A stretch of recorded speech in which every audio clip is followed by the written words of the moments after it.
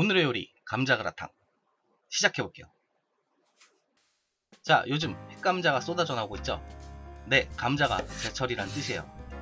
오늘 제가 사용할 감자는 의정부에서 농사짓는 제 이모가 직접 농사지어 보내준 햇감자로, 직접 농사지은 거 맞는지 뭐 어쨌든 이 감자는 크기도 크고 전문도 많아 요리에 사용하기 딱 좋은 그런 감자인데요. 멈춰! 멈춰!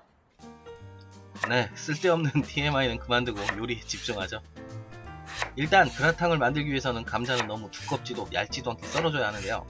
대략 0.3cm 정도의 두께로 썰어주면 아주 적당한 두께를 할 수 있어요. 오늘은 주먹보다 조금 큰 감자 한 개를 전부 사용할 거예요. 양파는 얇게 채 썰어줄 건데요. 주먹만한 사이즈의 양파의 4분의 1만 사용할 겁니다. 뭐 사실 양파는 많이 넣어도 상관없어요. 많이 넣으면 더 단맛도 나고 좋아요.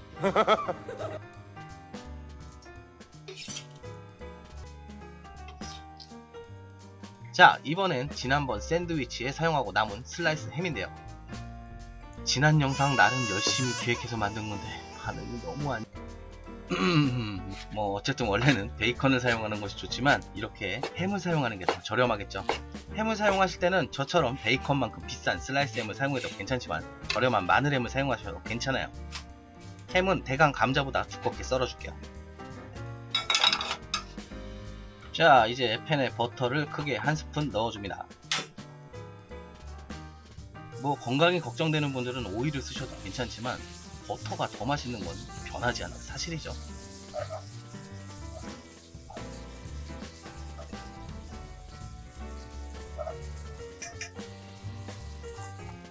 이제 양파를 넣고 볶아줄 거예요.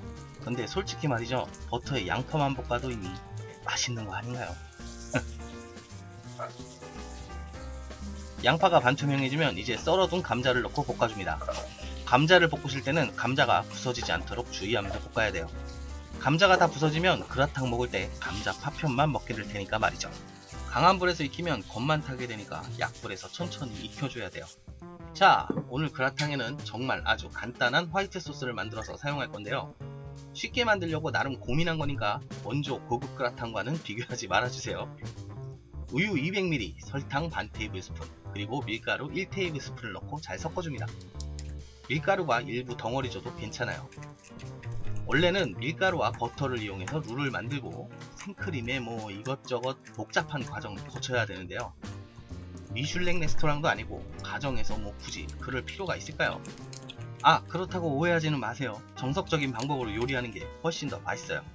저는 여러분이 쉽게 요리할 수 있도록 쉬운 방법으로 비슷한 맛을 낼 수 있도록 요리법을 개량할 뿐이에요. 이쯤 되면 약불에서 천천히 익혀줬던 감자가 반쯤 익은 상태가 될 텐데요. 이렇게 감자의 색이 변할 때까지 볶아주세요. 감자의 색이 변할 때까지 볶았으면 방금 우유를 이용해 만들었던 화이트 소스 베이스를 감자가 자작하게 잠기도록 부어줍니다.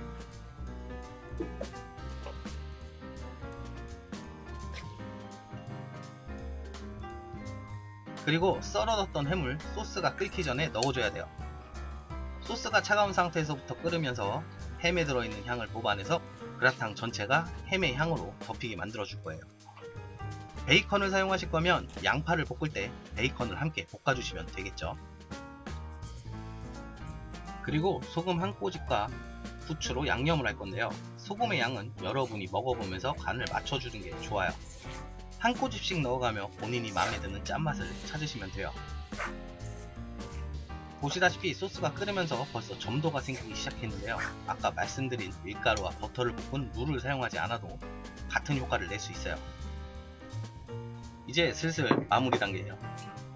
접시를 준비하시고 그라탕을 담아줍니다.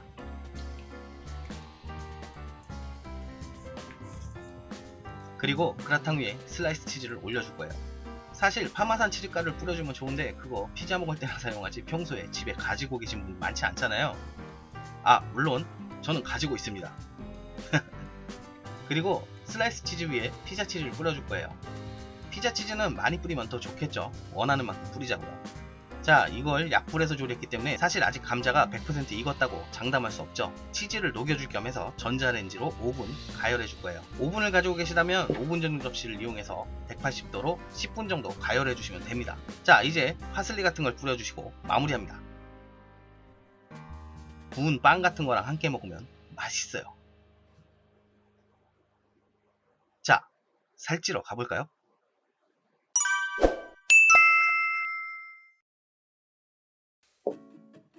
오늘 보셨다시피 그라탕은 오븐이 있어야만 만들 수 있는 건 아니에요. 물론 저는 오븐을 가지고 있지만 오븐 퀄리티가 만족할 만한 수준의 오븐이 아니라서 오븐 요리를 자주 하진 않는데요. 오븐으로 조리를 했다면 윗부분의 치즈가 살짝 그을리면서 아주 먹음직스러운 색이 됐겠죠. 그리고 감자는 사시사철 먹을 수 있지만 전분이 풍부하고 단맛이 나는 감자는 제철에만 먹을 수 있어요. 저희 이모가 보내준 감자가 아직 이렇게 한 박스나 남아서 조만간 다른 감자 요리도 해볼 생각이에요. 뭘 할진 아직 정하진 않았는데 뭐 알고 싶으신 감자 요리나 좋은 생각이 있으시면 댓글로 부탁드릴게요. 최근에 절 구독하신 분 중에 유명 유튜버의 영상이나 라이브 방송에서 타고 오신 분들이 좀 있으시죠? 오늘 촬영 준비 중에 제 레시피가 논란의 그분들의 라이브에 사용됐다고 해서 깜짝 놀랐는데요. 직접 가서 제 레시피를 사용하시는 걸 보고 제가 느낀 게 있어요. 사실 저는 그동안 영상을 보는 분들에게 최대한 쉽게 레시피를 알려드린다고 생각했었는데 그분들이 하시는 걸 보니 제가 레시피를 좀 어렵게 만들지 않았나 하는 자괴감 같은 게 들더라고요. 특히 그분들 이미지가 워낙 안 좋아서 그런지 그분들과 더불어서 제 레시피까지 엄청나게 폄훼를 하시던데, 물론 제 레시피가 마음에 안 드셨을 수도 있겠죠. 여튼 댓글과 그분들이 조리하시는 걸 보고 조금 더 레시피를 쉽게 만들어야 되겠다라는 생각을 하게 됐어요. 그리고 그 부부 때문에 저를 걱정해 주시는 분들도 계시던데 뭐 그분들이 이미지가 좋든 안 좋든 직접적으로 저에게 피해 준 건 아직 없거든요. 특히 제 떡볶이 레시피 영상을 표절하거나 그 뒤에서 제 레시피를 저격했던 대형 유튜버도 있는데 뭐 이 정도는 뭐 지난 토요일에는 첫 라이브를 진행했었는데요. 첫 라이브라 긴장했던 것도 있고 순조롭게 진행되지 못해서 좀 껄끄럽기도 했고요. 사실 라이브 쿡방 메뉴를 정하기가 어려웠거든요. 이번 기회에 로제 떡볶이를 라이브로 해서 궁금하셨던 부분이 있으시다면 전부 풀어드리는 시간을 가져보려고 해요.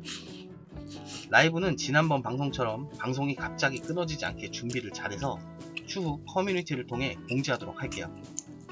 자, 그럼 이 레시피로 그라탕을 맛있게 드시고 좋아요, 구독, 알림 설정 잊지 마세요. 감사합니다. 쿠킴이었습니다.